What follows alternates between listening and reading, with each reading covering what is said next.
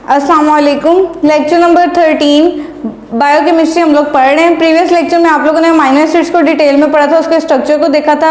आज हम लोगों ने नया टॉपिक स्टार्ट करना है, वहीं से उसका हमने कंटिन्यू करना है। स्टैंडर्ड अमीनो एसिड्स और non standard amino acid, essential non essential amino acid, इनकी टर्म्स हम लोग डिटेल में पढ़ेंगे। और इसके बाद फिर हम लोग फंक्शंस ऑफ अमीनो एसिड पढ़ेंगे और न्यूक्लिक एसिड को डिटेल में पढ़ेंगे। तो पेज नंबर 25 पे आज वहाँ से हम शुरू करते हैं।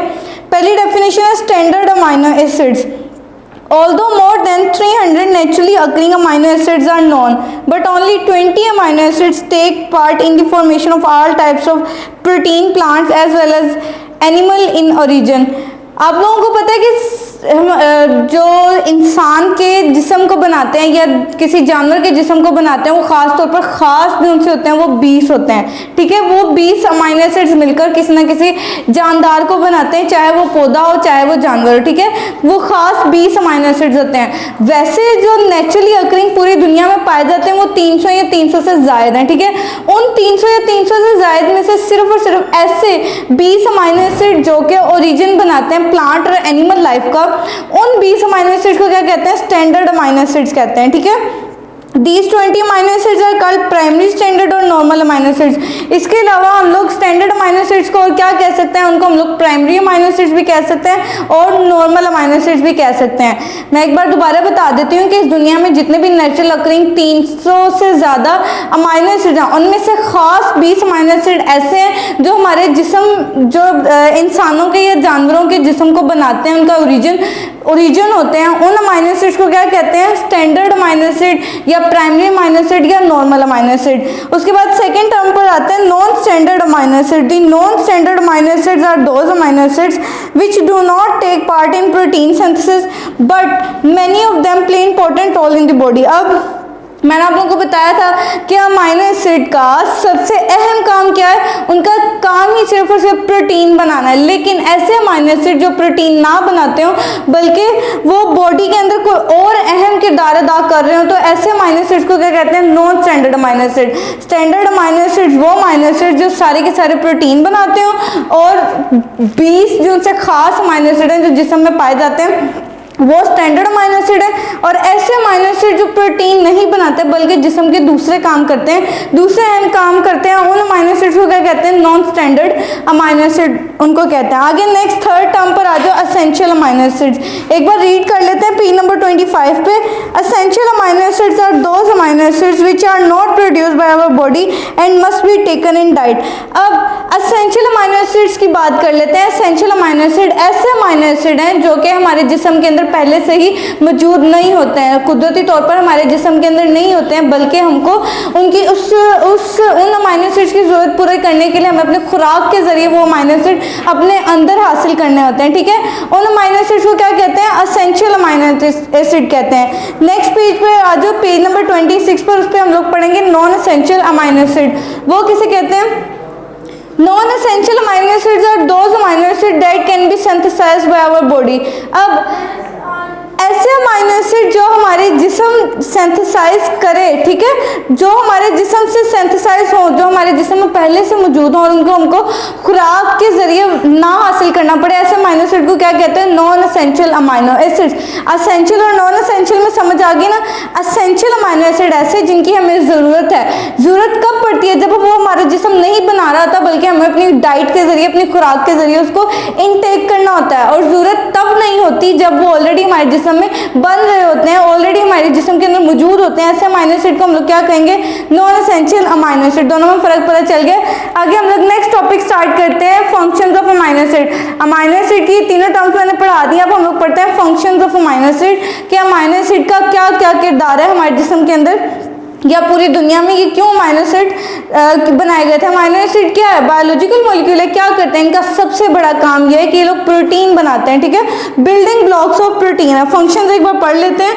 Amino acids are building blocks of protein के अमीनो एसिड मिलकर क्या बनाते हैं? प्रोटीन बनाते हैं। प्रोटीन के सबसे अहम जो ईंटें हैं, जो सबसे अहम चीज़ है वो क्या है? अमीनो एसिड है। So all functions which proteins perform are the functions of amino acid. तो इस वजह से जो भी काम प्रोटीन के होंगे वही काम जो उनसे अमीनो एसिड्स के ही होंगे, जो फंक्शन प्रोटीन के होंगे वही अमीनो एसिड के होंगे। जैसे मैं आप लोगों को मिसाल दे दूं कि जैसे जो लिपिड्स हैं वो फैटी एसिड से बने हुए हैं ग्लिसरॉल से। तो जो जो फंक्शन लिपिड्स के होंगे वही फंक्शन जो उनसे फैटी एसिड और ग्लिसरॉल के होंगे, ठीक है। तो हर चीज़ को बनाने के लिए जो उसका मेन जिस चीज़ से जिस सब यूनिट से जिस मोनोमर से बना हुआ होता है उसमें वही वाली खसूसियात होती हैं। तो हम वन बाय वन इनके रोल्स और फंक्शंस पढ़ लेते हैं। पहला क्या है, protein is termed as building block of the body. अब प्रोटीन को बिल्डिंग ब्लॉक ऑफ बॉडी कहा गया। Amino acid is the building block of protein and protein is the building block of body. वो कैसे कि हमारे जिस्म के अंदर सबसे ज्यादा प्रोटीन पाई जाती है। सबसे ज्यादा तो वैसे पानी पाया जाता है, लेकिन अगर हम लोग ऑर्गेनिक चीजों में देखें तो सबसे ज्यादा कार्बोहाइड्रेट, लिपिड्स, न्यूक्लिक एसिड और इन सब चीजों में सबसे ज्यादा चीज क्या होती है, प्रोटीन पाई जाती है। इस वजह से हमारे जिस्म का जो बिल्डिंग ब्लॉक है वो क्या है, प्रोटीन है, कि हमारे जिस्म सबसे ज्यादा प्रोटीन पर मुश्तमिल है।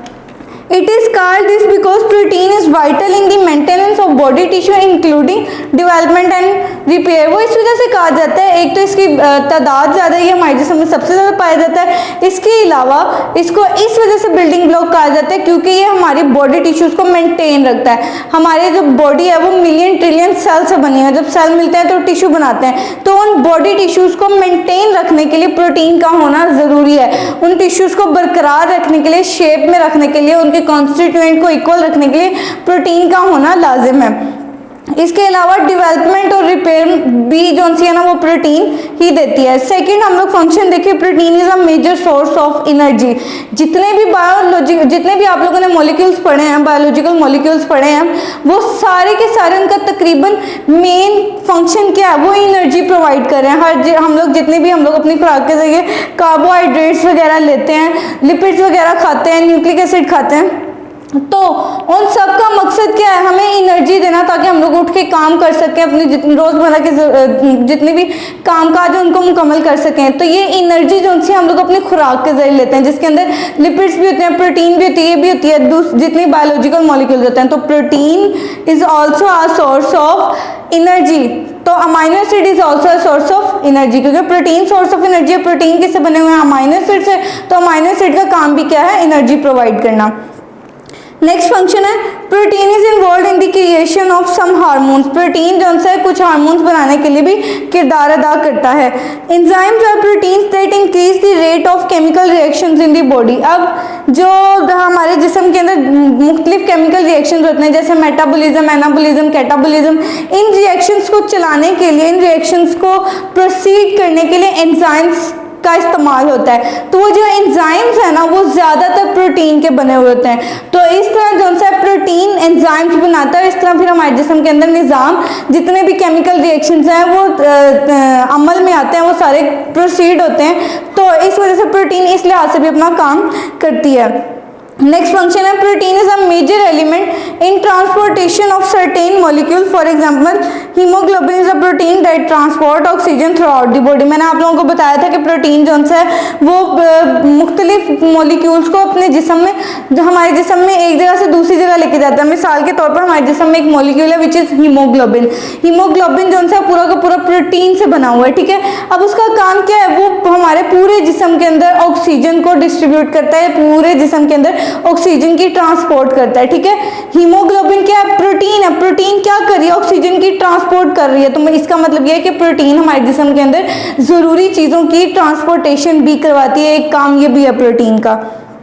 आगे नेक्स्ट फंक्शन है, protein is also sometimes use to store certain molecules. Protein बहुत से मॉलिक्यूल्स को स्टोर करने के लिए भी इस्तेमाल होती है। Protein forms antibodies that help prevent infection, illness and disease। Protein जो है इन्फेक्शन, इलनेस और डिजीज से बचाने के लिए एंटीबॉडीज बनाती है। फॉर एग्जांपल हमें कोई बीमारी होने लगी है, कोई इलनेस होने लगी है, उसका जो जरासीम है हमारे जिस्म के अंदर आया, तो हमारे जिस्म के अंदर वाली जो प्रोटीन है वो उसके खिलाफ एंटीबॉडीज बनाएगी। जो अपनी डाइट के अंदर, अपनी खुराक के अंदर अच्छी प्रोटीन लेता है, अच्छी प्रोटीन वाला खाना खाता है, तो जब उसको बीमारी लगती है तो उसको बीमारी नहीं होती है। उसके अंदर जब किसी बीमारी का जर्म आता है तो उसके अंदर की जो उसने खुराक की जो प्रोटीन खाई होगी वो उसके खिलाफ एंटीबॉडीज बनाएगी, उसके खिलाफ उसका दुश्मन बनाएगी, जरासीम के खिलाफ उसका दुश्मन बनाएगी, जो उसके साथ लड़के उसको मार देगी और इंसान को बीमारी नहीं होने देगी। तो प्रोटीन का एक काम ये भी है कि वो एंटीबॉडीज बनाती है और बीमारी नहीं होने देती है। इस वजह से अपनी खुराक में ज़्यादा से ज़्यादा प्रोटीन लेनी चाहिए। नेक्स्ट फंक्शन है many of the hormones which regulate the chemicals and other processes of the body are also protein in nature. अब ऐसे हार्मोन्स जो हमारे केमिकल रिएक्शंस को रेगुलेट करते हैं, उनको चलाते हैं, वो वाले हार्मोन्स भी जो हैं वो प्रोटीन के बने हुए हैं। प्रोटीन से क्या क्या बना हुआ मैंने बताया, प्रोटीन हार्मोन्स, प्रोटीन कुछ हार्मोन्स भी बनाती हैं। आगे वो हार्मोन्स से हमें और क्या फायदा हासिल हो रहा है, जो हार्मोन्स प्रोटीन के बने हुए आगे केमिकल रिएक्शन चलाते हैं, जिससे हमारी बॉडी का निज़ाम काफ़ी हद तक बेहतर होता है। तो इस वजह से प्रोटीन जो है इस लिहाज से भी बहुत ज़्यादा काम देता है। Plasma protein take part in blood coagulation, transport of substances such as hormones, drugs, metal and iron और कॉपर। अब जो हमारी प्लाज्मा प्रोटीन है, जो हमारे सेल मेम्ब्रेन के अंदर जो प्रोटीन है, प्लाज्मा कहते हैं मेम्ब्रेन को, ठीक है, उसके अंदर जो हमारी प्रोटीन है वो ब्लड कोएगुलेशन करवाती है, खून के लोथड़े बनाती है। जब हमें कोई चोट लग जाए, इंजरी हो जाए हमें, तो हमारी ब्लीडिंग होना शुरू होती है, खून निकलना शुरू होता है। उसको रोकने के लिए ब्लड कोएगुलेशन होना बहुत ज़रूरी है कि खून के लोथड़े बने और फिर आहिस्ता आहिस्ता वो जख्म बन जाए और इस तरह वो खून बहना बंद हो जाए। तो वो जो खून के लोथड़े बनाने का काम है वो कौन करती है, वो प्रोटीन करती है। इसके अलावा क्या करती है, इसके अलावा चीज़ों की ट्रांसपोर्ट करती है। मैंने ऊपर बता दिया था कैसे ट्रांसपोर्ट करती है, हीमोग्लोबिन की शक्ल में प्रोटीन जो है वो ऑक्सीजन को पूरे जिस्म में फैलाती है। इसी तरह मुख्तलिफ प्रोटीन ऐसी हैं जो ड्रग को भी ट्रांसपोर्ट करवा रही हैं, काफ़ी आयरन वगैरह को, मेटल आयरन वगैरह को भी ट्रांसपोर्ट करवाती हैं, कॉपर को, हार्मोन्स को। They perform hereditary transmission by nucleoproteins of the cell nucleus। अब ये और क्या करते हैं, जो हमारे न्यूक्लियस के अंदर प्रोटीन पाई जाती है, सेल होता है, सेल के अंदर एक न्यूक्लियस होता है, उस न्यूक्लियस के अंदर की जो प्रोटीन है उसको हम लोग क्या कहते हैं, उसको हम लोग न्यूक्लियोप्रोटीन कहते हैं, ठीक है। अब वो जो न्यूक्लियोप्रोटीन है सेल की, वो क्या करती है, वो हेरिडिटरी ट्रांसमिशन करवाती है, ठीक है। तो ये आप लोगों ने याद रखना है कि जो न्यूक्लियोप्रोटीन है वो हेरिडिटरी ट्रांसमिशन करवाती है। आगे हम लोग अपना थर्ड टॉपिक स्टार्ट करते हैं विच इज न्यूक्लिक एसिड। पीछे हम लोग बायोलॉजिकल मॉलिक्यूल्स जैसे हम लोग पढ़ चुके हैं ना, लिपिड्स, कार्बोहाइड्रेट्स, प्रोटीन्स वगैरह। इसी तरह एक और बायोलॉजिकल मॉलिक्यूल है, वो कौन सा है, न्यूक्लिक एसिड। कौन सा, डीएनए, आरएन। न्यूक्लिक एसिड जो है वो दो चीज़ों का दो चीज़ें होती हैं उसमें, या तो उसमें डीएनए होता है या इसमें आरएन होता है। डीएनए और आरएनए को क्या कहते हैं, न्यूक्लिक एसिड होने कहते हैं। ये भी एक बायोलॉजिकल मॉलिक्यूल है जिससे हमें एनर्जी हासिल होती है, ठीक है। So it is a source of energy. तो एक बार हम लोग रीडिंग इसकी पढ़ लेते हैं। Nucleic acid are large biological molecules essential for all life forms. Nucleic acids which include DNA and RNA are made from monomers known as nucleotides. अब जो न्यूक्लिक एसिड है वो हर शक्ल की ज़िंदगी के लिए अहम होता है। जैसे जितने भी जानदार आप लोगों को नजर आएंगे ना, वो सारे के सारे जानदार के अंदर न्यूक्लिक एसिड हर हाल में पाया जाएगा। वो न्यूक्लिक एसिड चाहे वो आरएनए की फॉर्म में भी हो सकता है, चाहे वो डीएनए की फॉर्म में भी हो सकता है। यहाँ तक कि जो वायरस आप लोगों ने पढ़ा था वो लिविंग भी है, नॉन लिविंग भी है, लेकिन उसमें फिर भी न्यूक्लिक एसिड पाया जाता है। न्यूक्लिक एसिड वायरस के अंदर होने की वजह से ही उसको लिविंग कहा जाता है। क्यों? क्योंकि लिविंग ऑर्गेनिजम्स जितने भी होंगे उनके अंदर न्यूक्लिक एसिड हर हाल में मौजूद होगा। तो ऑल लाइफ फॉर्म्स के लिए न्यूक्लिक एसिड का होना बहुत ज्यादा जरूरी है। अब आगे उन्होंने ये बात की है कि न्यूक्लिक एसिड के अंदर क्या क्या शामिल है। DNA stands for deoxyribo nucleic acid. ये आपने स्टैंडर्डाइजेशन इसकी याद करनी है, डीऑक्सीराइबो न्यूक्लिक एसिड।